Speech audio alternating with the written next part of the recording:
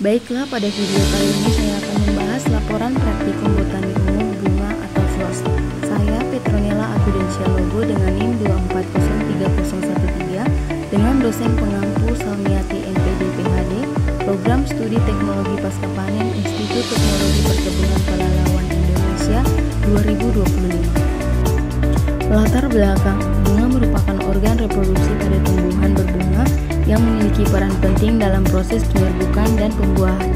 Keberadaan bunga memungkinkan terjadinya perpaduan gamet jantan dan betina untuk menghasilkan biji sebagai generasi baru.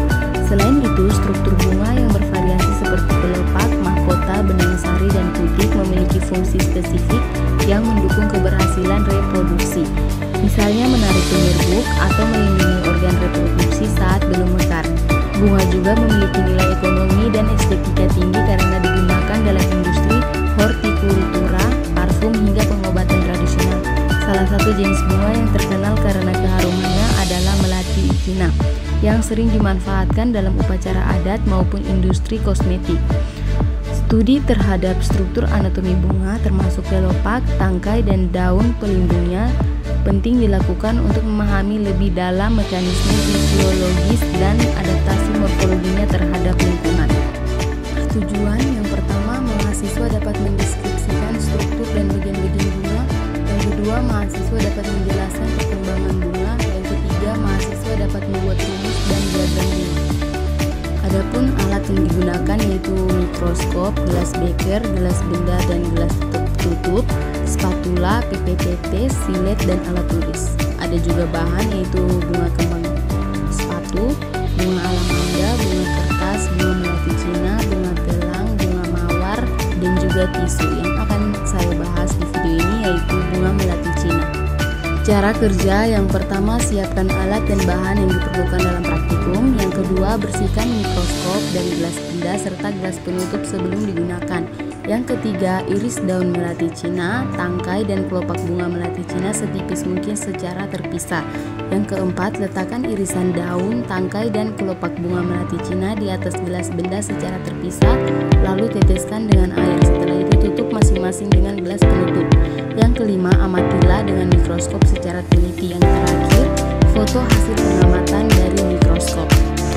Berikut adalah video pembuatannya.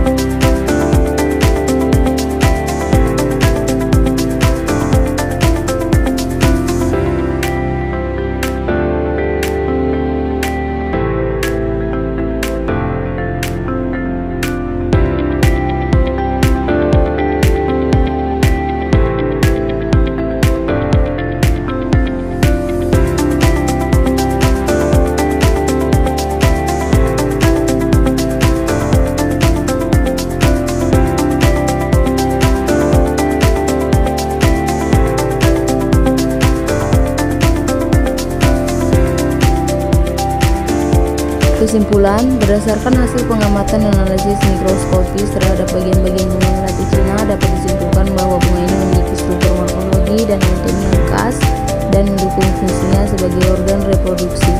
Daunnya menunjukkan struktur dorsiventral dengan jaringan polisode dan spons yang jelas.